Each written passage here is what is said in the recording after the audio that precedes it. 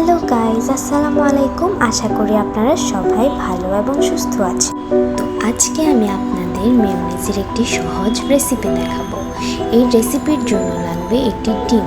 আপনারা যদি চান বেশি বানাতে তাহলে একটির থেকেও বেশি ডিম দিতে পারেন।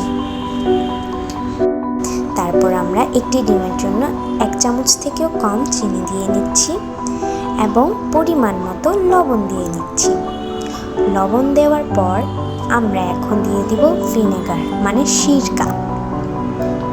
অল্প একটু দিয়ে দিলেই হবে। এখন আমরা একটু লেবু দিব।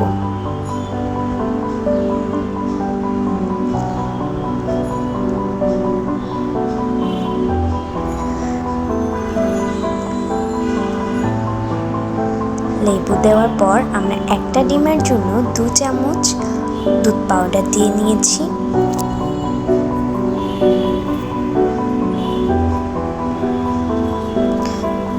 এরপর আমরা 1 চামচের মতো তেল দিয়ে নেব।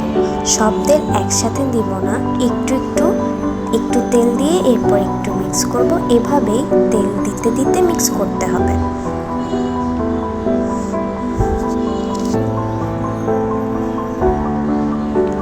আমরা আবার তেল দিয়ে নিব।